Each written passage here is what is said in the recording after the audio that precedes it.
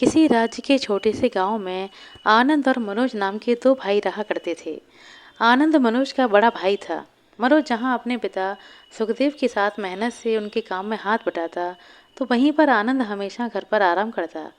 एक दिन सुखदेव ने आनंद से कहा, बेटा आनंद, अब मैं बूढ़ा हो चुका हूँ। तुम्हारा छोटा भाई तो मेरे साथ खेतों में खूब मेहनत करता है, मगर मैं देखता हूँ कि तुम दिन भर घर में आराम ही करते रहते हो। कल को तुम्हारी शादी होगी, तुम्हारी संतान होगी। अगर तुम मेहनत नहीं करोगे तो फिर अपने परिवार का पेट कैसे भरोगे? क्या पिताजी, आप क्या बोलते हैं? पिताजी, मेहनत करके क्या होगा? अगर मेरे भाग्य में धन लिखा होगा तो मुझे कहीं से भी मिल जाएगा। सब भाग्य का खेल है पिताजी। वरना ना जाने कितने लोग ऐसे हैं जो अपना पूरा जीवन मेहनत में ही बिता देते हैं, लेकिन फिर भी गरीब के गरीब ही रहते हैं। सुखदेव ने आनंद को समझाते हुए कहा, बेटा आनंद, तुम समझते क्यों नहीं हो? अगर तुम मेहनत नहीं करोगे, कोई काम नहीं करोगे, तो फिर गांव में तुम्हें कोई अपनी लड़की भी ब्याने को नहीं देगा। यह सुनकर आनंद ने कहा, देखिए पिताजी, मैं आपकी तरह अपना जीवन खेत में हल चलाते हुए तो नहीं बिताना चाहता। जब मैं छोटा था तब भी आपके पास केवल 2 बीघा ही जमीन थी, और आज भी आपके पास में केवल 2 बीघा जमीन है। मैं कुछ बड़ा करना चाहता हूँ। सुखदेव ने फिर से कहा, अरे बेटा, कुछ बड़ा करने के लिए भी बड़ी मेहनत लगती है। आनंद समझने को तैयार नहीं था। वह बोला, देखिए पिताजी, जिस दिन मेरे जीवन में भाग्य का दरवाज़ा खुलेगा, उसके बाद आप स्वयं देखेंगे मैं इतना धनवान हो जाऊंगा कि मुझे सारी जिंदगी काम करने की आवश्यकता नहीं पड़ेगी। सुखदेव निराश मन से अपने खेतों में चला गया। सुखदेव को निराश देखकर उसका बेटा मनोज बोला, पिताजी, आज आपका चेहरा फिर से बता रहा है कि आपने भैया से फिर से काम की बात की है, और हमेशा की तरह भैया ने आपको भाग्य का पाठ पढ़ा दिया है। सही बोला ना मैंने? उदास सुखदेव ने कहा, हाँ बेटा, कभी कभी मुझे चिंता होती है कि मेरे बाद आनंद का क्या होगा।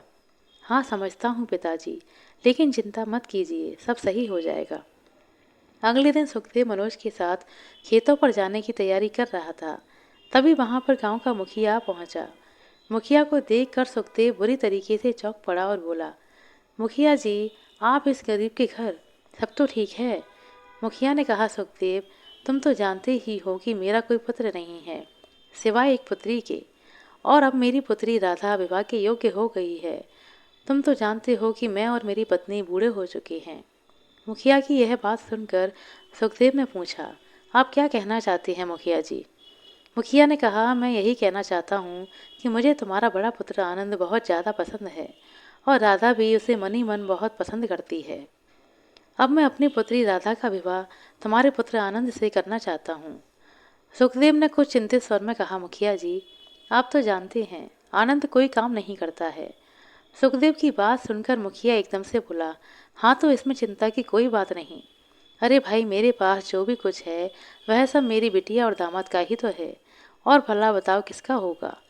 कुछ दिन के बाद में आनंद और फिर सुखदेव भी शादी के लिए मान गया, और कुछ ही दिनों के बाद में आनंद और राधा का विवाह धूमधाम से संपन्न हो गया। विवाह के कुछ दिनों के बाद मुखिया ने अपनी सारी संपत्ति राधा और आनंद के नाम कर दी, और अपनी पत्नी के साथ तीर्थ यात्रा पर चला गया। आनंद अपने पिता सुखदेव से बोला, देखा पिताजी, भाग्य का खेल। मैं कोई काम नहीं करता था, मगर भाग्य का खेल देखिए कि मुझे राधा जैसी सुंदर पत्नी भी मिल गई, और मुखिया जी की सारी संपत्ति भी मिल गई। सुखदेव ने यह सुनकर कहा, हाँ आनंद, बहुत बढ़िया, बहुत अच्छा। अरे बेटा, तुम मेरे बेटे हो, तुम्हारा भला सोचना मेरा काम है। लेकिन बेटा, एक बात अपने जीवन में हमेशा याद रखना, जो व्यक्ति मेहनत नहीं करता, वह चाहे भाग्य का कितना भी धनी क्यों ना हो, एक दिन उसे अपना सब कुछ गंवाना ही पड़ता है। और हाँ, भाग्य हमेशा इंसान का साथ नहीं देता है, मेरी यह बात याद रखना। अपने पिता की बातें सुनकर आनंद हंसता हुआ वहां से चला गया।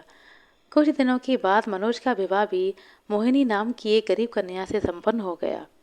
मनोज के विवाह के बाद सुखदेव बीमार रहने लगा, और कुछ दिनों के बाद में वह इस संसार को छोड़कर चला गया। अपने पिता के जाने के बाद मनोज और मेहनत से काम करने लगा, तो वहीं आनंद हमेशा अपने कमरे में आराम ही करता रहता। कुछ दिनों के बाद आनंद की पत्नी राधा और मनोज की पत्नी मोहिनी दोनों गर्भवती हुईं। अपने भाई को दोनों हाथों से धन लुटाता देखकर एक दिन मनोज आनंद से बोला, भैया क्या कर रहे हो? आप जिस तरह से दोनों हाथों से धन लुटा रहे हो, मुझे इस तरह से आपका भविष्य अंधकारमय दिखाई दे रहा है। मनोज की यह बातें सुनकर आनंद गुस्से में बोला, मनोज अपने काम से काम रखो। पिताजी भी हमेशा मुझे नसीहत दिया करते थे, मगर देखो क्या हुआ। अरे मैं कुछ भी नहीं करता, मगर फिर भी मेरे पास तुमसे अधिक धन है और तुम दिन भर 2 बीघा जमीन पर कड़ी धूप में हल जोतते हो, तब भी तुम्हारे पास 2 वक्त की रोटी नसीब नहीं हो पाती। अरे अगर मैं उस जमीन में से अपने हिस्से की 1 बीघा जमीन मांग लूं, तो हो सकता है कि तुम 2 वक्त का पेट भर के भोजन भी ना कर पाओ। और बड़े आए मुझे नसीहत देने वाले। मनोज बोला, भैया जमीन में से 1 बीघा जमीन आपकी है, यह बिल्कुल सही बात है। आप चाहें तो खुशी खुशी रख सकते हैं। मुझे विश्वास है कि मैं 1 बीघा जमीन पर ही मेहनत करके अपने परिवार का पालन पोषण कर सकता हूँ। इतना बोलकर मनोज चुपचाप घर से बाहर निकल गया। कुछ ही समय के बाद आनंद की पत्नी राधा ने एक सुंदर पुत्र को जन्म दिया। वहीं मनोज की पत्नी मोहिनी ने एक सुंदर पुत्री को जन्म दिया। यह देखकर आनंद मनोज का मजाक उड़ाते हुए बोला, देखा मनोज, बात वहीं घुमा फिराकर भाग्य पर आ ही जाती है। देखो मेरा भाग्य कितना चमकदार है। मुझे पुत्र की प्राप्ति हुई है और तुम्हें सिर्फ एक पुत्री हुई है। यह सुनकर मनोज ने कहा, भैया बेटियां तो लक्ष्मी का रूप होती हैं, मुझे बेटी होने से कोई आपत्ति नहीं है। आनंद फिर बोला, अरे कभी सोचा है कि जब तुम्हारी पुत्री बड़ी होगी और विवाह के योग्य होगी, तब तुम उसका विवाह कैसे कर पाओगे? कभी सोचा है तुम उसके दहेज के लिए कैसे इंतजाम कर पाओगे? मनोज ने बड़ी ही सरलता से कहा, भैया मुझे अपनी मेहनत पर पूरा भरोसा है। आनंद ने कहा, मेहनत पर भरोसा? अरे इंसान की सारी मेहनत भाग्य पर टिकी होती है। समय ऐसे ही बीतता रहा और कुछ ही वर्षों के बाद मनोज की पत्नी मोहिनी मनोज से बोली, हमारी बेटी 5 साल की हो गई है, परंतु आप जानते हैं कि बेटियां कितनी जल्दी बड़ी हो जाती हैं। मनोज ने मोहिनी की बात सुनकर कहा, तुम क्या कहना चाहती हो मोहिनी? मोहिनी बोली, मैं देखती हूँ कि आप अपने खेतों में कितनी कड़ी मेहनत करते हैं और पूरे गांव में सबसे अच्छी फसल भी आपके खेतों में होती है। मैं चाहती हूँ कि आप अपनी फसल को गांव के जमींदार को बेचने के बजाय राज्य में क्यों नहीं बेचते? मुझे भरोसा है कि आपकी फसल राज्य में बहुत अच्छे दामों पर बिकेगी। मनोज ने कहा, हाँ तुम बिल्कुल ठीक कहती हो। कुछ दिनों से मेरे मन में भी यही बातें चल रही हैं। अगले दिन मनोज अपनी फसल काटकर बैलगाड़ी पर लादकर राज्य ले गया। वहाँ उसकी फसल बहुत अच्छे दामों में बिक गई। वह सोचने लगा, मोहिनी ने बिल्कुल सच ही कहा था। घर आकर मनोज सोने की मुद्राएं मोहिनी को पकड़ाते हुए बोला, अरे तुमने बिल्कुल सही कहा था मोहिनी। मुझे तो विश्वास नहीं हो रहा कि मेरी फसल राज्य में इतने अच्छे दामों पर बिकी है। इतनी स्वर्ण मुद्राएं तो मैं वर्षों में भी नहीं कमा पाता। मोहिनी ने मनोज को समझाते हुए कहा, एक किसान भी बहुत अच्छा और सफल व्यापारी बन सकता है। अब आप फसल राज्य में ही जाकर बेचा करिए। मनोज भी खुशी से बोला, हाँ तुम बिल्कुल ठीक कहती हो मोहिनी, अब मैं और ज़्यादा मेहनत करूँगा। उस दिन के बाद से मनोज अपने खेतों में और भी कड़ी मेहनत करने लगा। ज़्यादा मेहनत करने की वजह से उसके खेतों में फसल और भी ज़्यादा अच्छी उगने लगी। मनोज उस फसल को राज्य में बेचता और कुछ ही वर्षों में मनोज के पास 25 बीघा जमीन हो गई। मनोज की गिनती अब राज्य के अच्छे व्यापारियों में होने लगी थी। उसका मान सम्मान भी बढ़ गया। समय ऐसे ही बीतता रहा। मनोज की बेटी सुलेखा अब 20 वर्ष की हो चुकी थी। सुलेखा को पढ़ने लिखने का बहुत शौक था, पर उसे जड़ी बूटियों का ज्ञान प्राप्त करने में बहुत ही दिलचस्पी थी। सुलेखा पूरा दिन जंगल में बिता देती, तो वहीं आनंद का बेटा मोहन दिन भर गांव में आवारागर्दी करता रहता। एक दिन मनोज ने अपनी बेटी सुलेखा से कहा, अब तुम बड़ी हो गई हो, तुम्हारा जंगल में दिन दिन भर रहना ठीक नहीं है। यह सुनकर सुलेखा ने कहा, पिताजी आप तो जानते ही हैं कि मुझे जड़ी बूटियों से कितना प्रेम है। तभी सुलेखा की माँ मोहिनी मुस्कुराते हुए बोली, हमारी बिटिया सही कहती है। जानते हैं कि अभी 3 दिन पहले गंगा मौसी की तबीयत कितनी खराब हो गई थी। यहाँ तक कि गांव के सबसे बड़े वैद्य ने भी अपने हाथ खड़े कर दिए थे। तब हमारी बेटी सुलेखा जंगल से पता नहीं कौन सी जड़ी बूटी तोड़कर लाई और जैसे ही उसने वह जड़ी बूटियाँ गंगा मौसी को खिलाई, गंगा मौसी स्वस्थ हो गई। यह देखकर तो वैद्य जी बुरी तरीके से आश्चर्यचकित हुए। मनोज सुलेखा की तारीफ सुनकर खुश होकर बोला, कमाल की बात है, हमारी बिटिया इतनी ज्ञानी हो गई और हमें पता भी नहीं चला। तभी वहाँ पर मनोज का बड़ा भाई आनंद आ पहुँचा और बोला, भाई मनोज, अपनी बिटिया को जंगल में जड़ी बूटियों का ज्ञान प्राप्त करवाने की बजाय उसका ध्यान चूल्हे चौके में लगवा दो, क्योंकि विवाह के बाद तो उसे चूल्हा चौका ही करना है। यह क्या करवा रखा है? देखिए जेठ जी, मुझे लगता है आपको मेरी बिटिया पर ध्यान देने के बजाय अपने आवारा बेटे पर ध्यान देना चाहिए, जो दिन भर गांव में आवारागर्दी करता रहता है और कोई ऐसा दिन नहीं जाता जब उसकी शिकायत ना आती हो। मनोज की पत्नी बड़े ही कठोर शब्दों में बोली। आनंद ने यह सुनकर कहा, अब लड़के तो इस उम्र में आवारागर्दी करते ही हैं। जब मैं अपने बेटे की उम्र का था तब मैं भी तो यही करता था और मेरे पिता मुझे हमेशा पाठ पढ़ाते रहते थे। देखो, मनोज दिन भर कड़ी धूप में मेहनत करता है और मैं आराम से अपनी पत्नी के साथ बैठकर बातें करता हूँ। ऐसा सुनकर मोहिनी ने कहा, मेरे पति अपना शरीर थकाते हैं और बहुत मेहनत करते हैं। उन्होंने अपनी मेहनत के बलबूते बहुत कुछ कमाया है। पिताजी 2 बीघा जमीन छोड़कर गए, मगर आज मेरे पति के पास 25 बीघा जमीन है। आनंद हंसते हुए बोला, तुम्हारे पति ने वर्षों मेहनत करके 50 बीघा जमीन खरीदी है और मेरे ससुर ने कुछ ही क्षणों में अपनी 50 बीघा जमीन मेरे नाम कर दी थी, जो कि मेरे पुत्र मोहन की है। तो फिर उसे भला काम करने की क्या जरूरत? इतना बोलकर आनंद वहां से चला गया। आनंद के जाते ही मोहिनी अपने पति मनोज से बोली, सुनिए जी, अब मुझे इस घर में नहीं रहना। जब से मैं इस घर में विवाह करके आई हूँ तब से मैं देख रही हूँ कि आपका भाई मनोज हमेशा आपका भाई आनंद हमेशा आपका मजाक उड़ाने के अलावा कोई काम नहीं करता। हमने अपने गांव में जो दूसरा घर बनवाया है हम वहीं जाकर रहेंगे। मनोज ने कहा, ठीक है, तुम जैसा चाहती हो वैसा ही होगा। मनोज अपनी पत्नी और अपनी पुत्री सुलेखा के साथ अपनी मेहनत की कमाई से बने हुए दूसरे घर में रहने लगा। कुछ दिन ऐसे ही बीत गए। एक दिन आनंद का बेटा मोहन जंगल में ऐसे ही टहल रहा था। तभी उसकी नज़र एक पेड़ के नीचे रखी हुई एक बहुत बड़ी पोटली पर पड़ी। इस पोटली का कपड़ा तो राजमहल में उपयोग होता है, आखिर यह पोटली यहाँ क्या कर रही है? मोहन ने सोचा और जैसे ही पोटली खोली तो उसकी आंखें चौंधियां गईं। मोहन ने देखा कि इस पोटली में स्वर्ण मुद्राएं और बेशकीमती हीरे मोती रखे थे।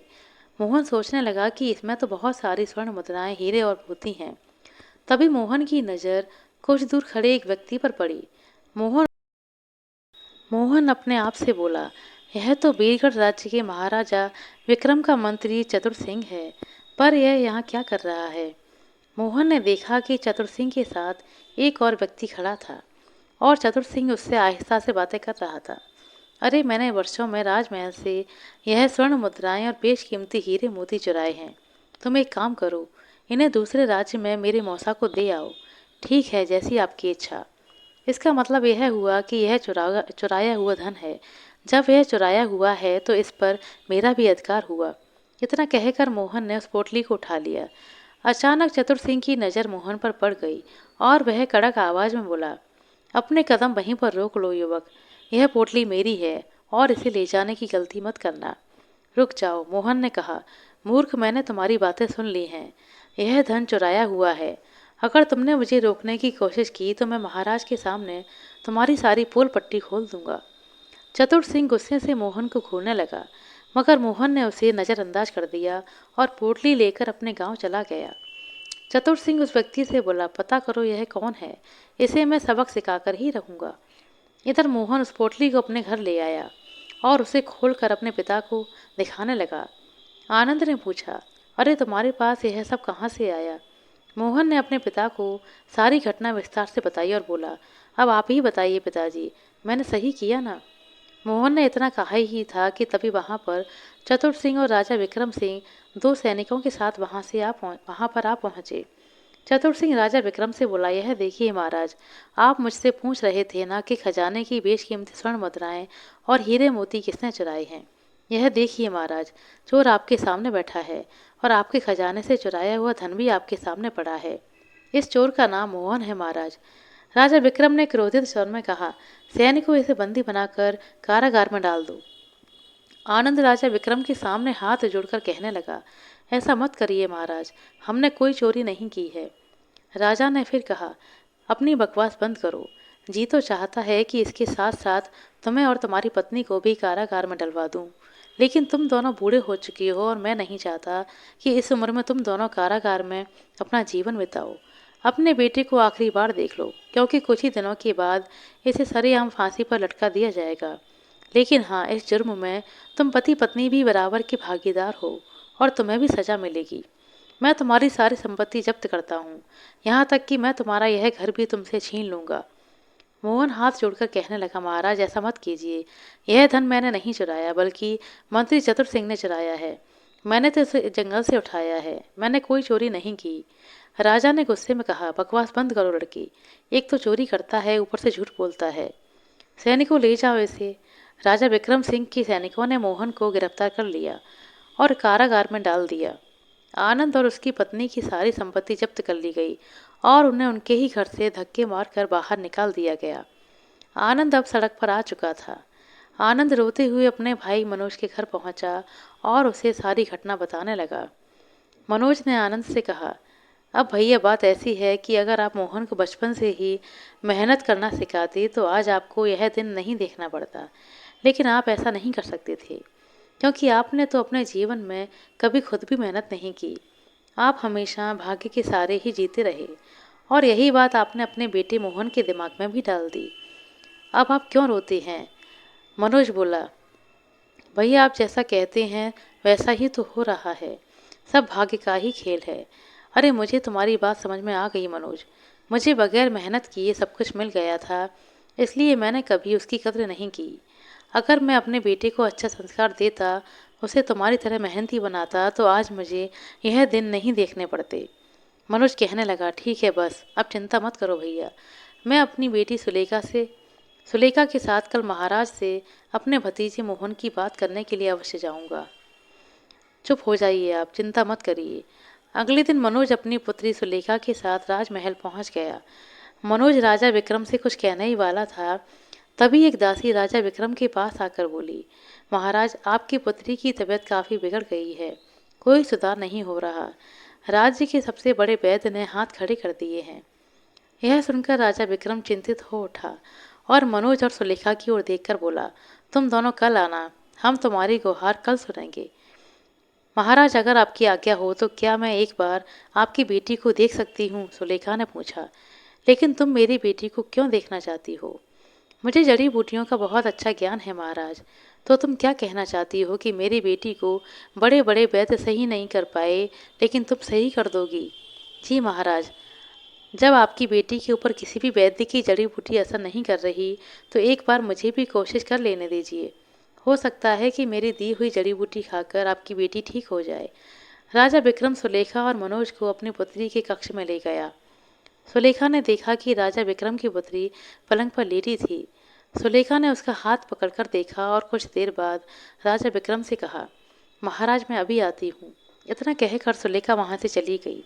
कुछ देर के बाद वह एक जड़ी बूटी लेकर वापस आई। सुलेखा ने जैसे ही जड़ी बूटी राजा विक्रम की पुत्री को खिलाई, उसकी हालात में सुधार आ गया। यह देखकर राजा विक्रम की आंखें आश्चर्य से फैल गईं। राजा विक्रम ने सुलेखा की ओर देखकर कहा, तुमने तो कमाल कर दिया। अरे हमारी पुत्री को बड़े बड़े वैद्य सही नहीं कर पाए, लेकिन तुमने उसे ठीक कर दिया। शाबाश बेटी, मांगो क्या मांगती हो? तब सुलेखा ने कहा, महाराज आपने कुछ दिन पहले जिस मोहन नाम के युवक को बंदी बनाया है वह मेरा भाई है। वह निर्दोष है महाराज। दोषी कोई और नहीं बल्कि आपका मंत्री चतुर सिंह है। एक बार आप उससे अपने तरीके से पूछिए, मुझे विश्वास है कि वह सारी सच्चाई उगल देगा। सुलेखा की बातें सुनकर राजा विक्रम गहरी सोच में डूब गया और फिर बोला, ठीक है जैसा तुम चाहो। राजा विक्रम तुरंत अपने मंत्री चतुर सिंह के पास गया और अपनी तलवार निकालते हुए कहा, सीधी तरीके से बता दो दोषी कौन है, तुम या मोहन? मुझे सच्चाई का पता लग चुका है, लेकिन मैं तुम्हारे मुख से सुनना चाहता हूँ। राजा विक्रम का यह रूप देखकर मंत्री चतुर सिंह डर गया और उसने अपना अपराध स्वीकार भी कर लिया। राजा विक्रम ने मंत्री चतुर सिंह को उसी समय कारागार में डलवा दिया और मोहन को छोड़ दिया। फिर राजा विक्रम ने मनोज और सुलेखा को ढेर सारी स्वर्ण मुद्राएं दी और हीरे मोती भी दिए। मेरी तरफ से यह तुम दोनों को इनाम है। मनोज, सुलेखा और मोहन ढेर सारा धन लेकर घर वापस लौट आए। घर पर आने के बाद आनंद अपने भाई मनोज से बोला, हाँ अब अच्छा लग रहा है। मुझे बहुत अच्छे से समझ में आ गया है कि पिताजी बिल्कुल सही कहा करते थे। जो व्यक्ति मेहनत नहीं करता वह चाहे भाग्य का कितना भी धनी क्यों ना हो, एक दिन उसे अपना सब कुछ गंवाना ही पड़ता है। और हाँ, भाग्य हमेशा इंसान का साथ नहीं देता। आनंद और मनोज एक दूसरे को देखकर मुस्कुराने लगे। अब आनंद में बिल्कुल सुधार आ चुका था और उसके बेटे मोहन में भी। दोनों मिलकर कड़ी मेहनत करने लगे थे। फिर दोनों भाई खुशी खुशी जीवन यापन करने लगे। आशा करते हैं दोस्तों आपको हमारे द्वारा सुनाई गई यह कहानी अच्छी लगी होगी। कहानी अच्छी लगी हो तो कृपया लाइक कर दें, शेयर कर दें। चैनल पर नए हैं तो सब्सक्राइब कर लें। अपना कीमती समय देने के लिए बहुत बहुत धन्यवाद। मिलते हैं अगले वीडियो में, तब तक के लिए नमस्कार।